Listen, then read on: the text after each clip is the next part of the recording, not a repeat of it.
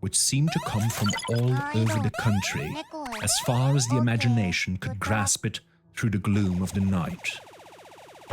At the first howl, the horses began to strain and rear, but the driver spoke to them soothingly, and they quieted down, but shivered and sweated as though after a runaway from sudden fright.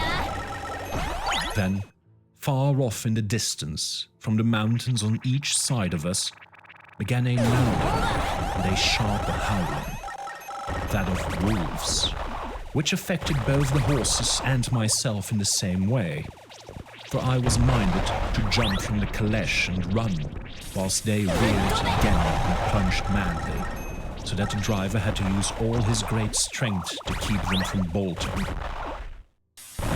In a few minutes, however, my own ears got accustomed to the sound, and the horses so far became quiet that the driver was able to descend and to stand before them. He petted and soothed them, and whispered something in their ears, as I have heard of horse-tamers doing, and with extraordinary effect, for under his caresses they became quite manageable again, though they still trembled. The driver again took his seat, and, shaking his reins, started off at a great pace. This time, after going to the far side of the pass, he suddenly turned down a narrow roadway, which ran sharply to the right. Soon we were hemmed in with trees, which in places arched right over the roadway till we passed as through a tunnel. And again great frowning rocks guarded us boldly on either side. Though we were in shelter, we could hear the rising wind, for it moaned and whistled through the rocks, and the branches of the trees crashed together as we swept along. It grew colder and colder still, and fine powdery snow began to fall, so that soon we and all around us were covered with a white blanket. The keen wind still carried the howling of the dogs, though this grew fainter as we went on our way. The baying of the wolves, however, sounded nearer and nearer, as though they were closing round on us from every side. I grew dreadfully afraid, and the horses shared my fear. The driver, however, was not in the least disturbed.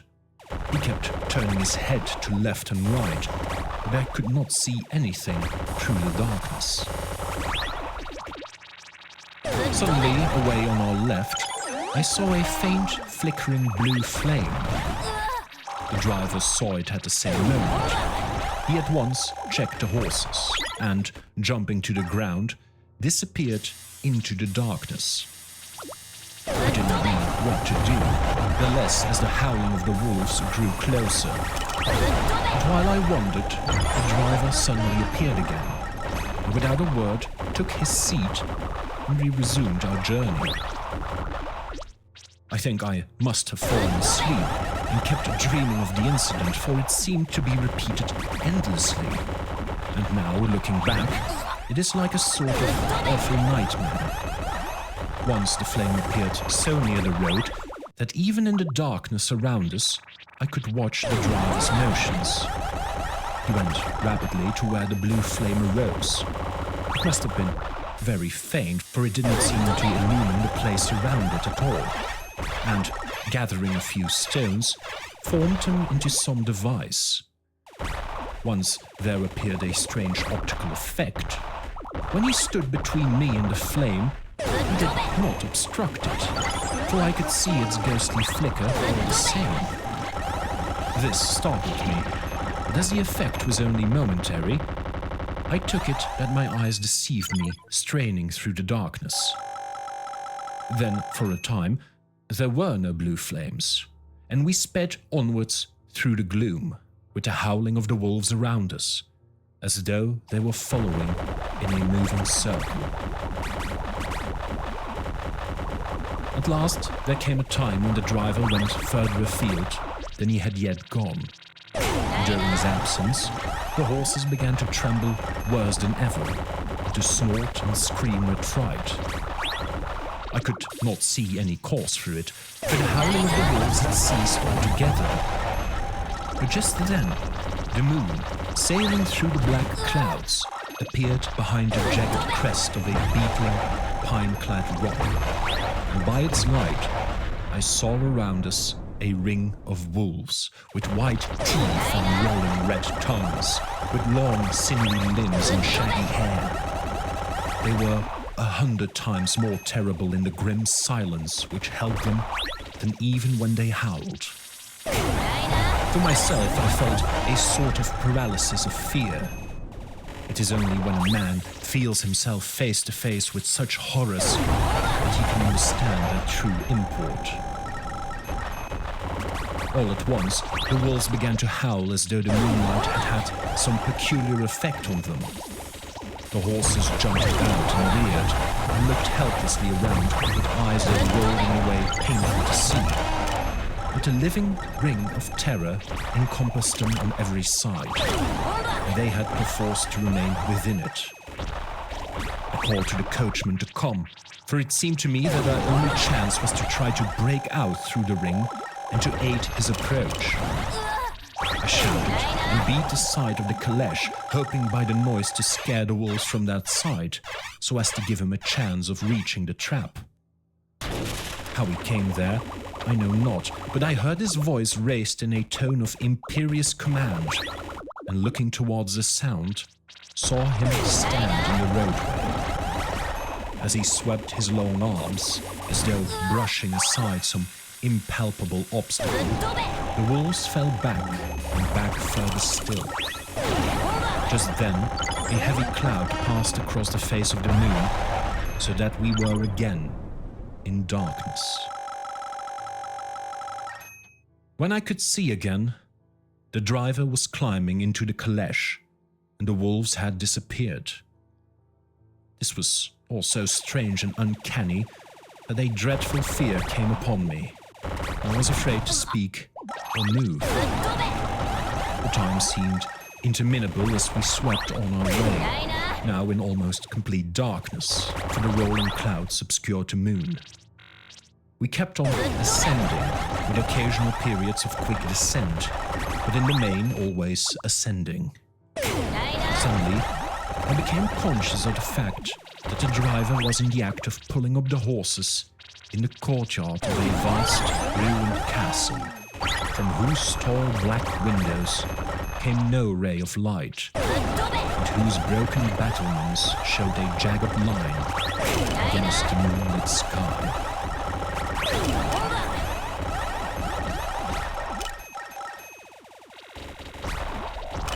Chapter 2. Jonathan Harker's journey continued. May the 5th. I must have been asleep, for certainly if I had been fully awake, I must have noticed the approach of such a remarkable place. In the gloom, the courtyard looked of considerable size, and as several dark ways led from it under great round arches, it perhaps seemed bigger than it really was. I have not yet been able to see it by daylight. When the caleche stopped, the driver jumped down and held out his hand to assist me to alight. Again, I could not but notice his prodigious strength. His hand actually seemed like a steel vice that could have crushed mine if he had chosen. Then he took out my traps and placed them on the ground beside me as I stood close to a great door, old and studded with large iron nails, and set in a projecting doorway of massive stone. I could see, even in the dim light, that the stone was massively carved, and that the carving had been much worn by time and weather. As I stood, the driver jumped again into his seat and shook the reins. The horses started forward, and trap and all disappeared down one of the dark openings.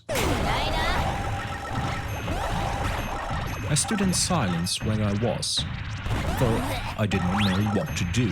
Of bell or neko there was no sign. Through these frowning walls and dark window openings it was not likely that my voice could penetrate. The time I waited seemed endless, and I felt doubts and fears crowding upon me. What sort of place had I come to, and among what kind of people? What sort of grim adventure was it on which I had embarked? Was this a customary incident in the life of a solicitors clerk sent out to explain the purchase of a London estate to a foreigner? Solicitor's clerk? Mina would not like that. Solicitor.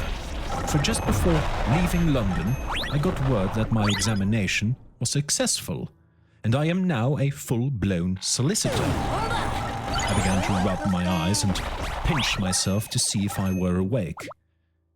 It all seemed like a horrible nightmare to me, and I expected that I should suddenly awake and find myself at home, with the dawn struggling in through the windows, as I had now and again felt in the morning after a day of overwork.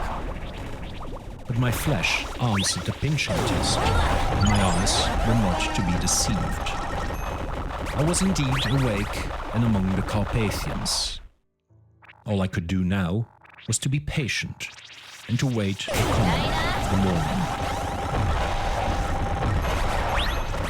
Just as I had come to this conclusion, I heard a heavy step approaching behind the great door and saw through the chinks the gleam of a coming light. Then there was a sound of rattling chains and the clanking of massive bolts drawn back. The key was turned with a loud grating noise of long disuse, and the great door swung back. Within stood a tall old man, clean-shaven save for a long white mustache, and clad in black from head to foot, without a single speck of color about him anywhere. He held in his hand an antique silver lamp, in which the flame burned without chimney or globe of any kind, throwing long quivering shadows as it flickered in the draught of the open door. The old man motioned me in with his right hand with a courtly gesture, saying in excellent English, but with a strange intonation, "Welcome to my house. Enter freely and of your own will." He made no motion of stepping to meet me, but stood like a statue, as though his gesture of welcome had fixed him into stone. The instant, however, that I had stepped over the threshold, he moved impulsively forward, and holding out his hand, grasped mine with a strength which made me wince, an effect which was not lessened by the fact that it seemed as cold as ice, more like the hand of a dead than a living man. Again he said, "Welcome to my house. Come freely, go safely, and leave something of the happiness you bring." The strength of the handshake was so much akin to that which I had noticed in the driver, whose face I had not seen, that for a moment I doubted if it were not the same person to whom I was speaking. So, to make sure, I said interrogatively, "Count Dracula?" He bowed in a courtly way as he replied, "I am Dracula, and I bid you welcome, Mr. Harper, to my house. Come in. The night air is chill, and you must need to eat and rest." As he was speaking, he put a lamp on a bracket on the wall, and stepping out, took my luggage. He had carried it in before I could forestall him. I protested, but he insisted. "Nay, sir, you are my guest. It is late, and my people are not available. Let me see to your comfort myself."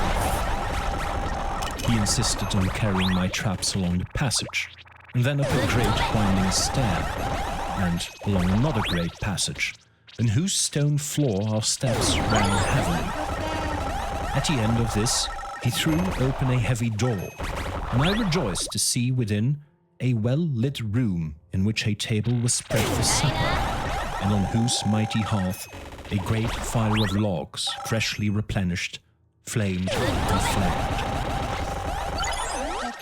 The Count halted, putting down my bags, closed the door, and crossing the room opened another door, which led into a small octagonal room lit by a single lamp, and seemingly without a window of any sort. Passing through this, he opened another door and motioned me to enter. It was a welcome sight, for here was a great bedroom well lighted and warmed with another log fire. Also added to, but lately, for the top logs were fresh, which sent a hollow roar up the wide chimney. The Count himself left my luggage inside and withdrew, saying before he closed the door, "You will need after your journey to refresh yourself by making your toilet. I trust you will find all you wish.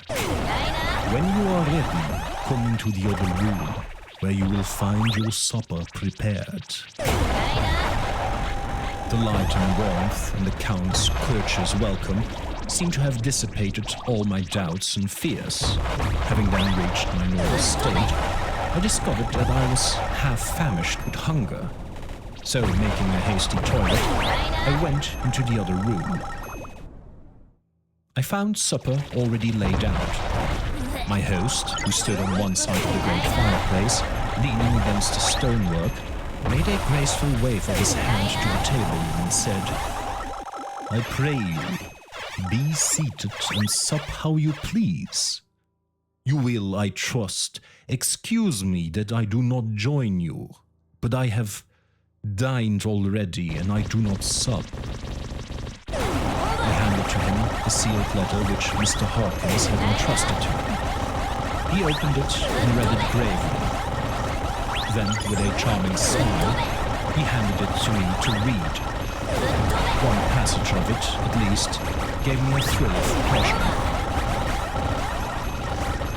"I must regret that an attack of gout, from which malady I am a constant sufferer, forbids absolutely any travelling on my part for some time to come. But I am happy to say I can send a sufficient substitute, one in whom I have every possible confidence. He is a young man, full of energy and talent in his own way, and of a very fateful disposition. He is discreet and silent, and has grown into manhood in my service. He shall be ready to attend on you when you will during his stay, and shall take your instructions in all matters."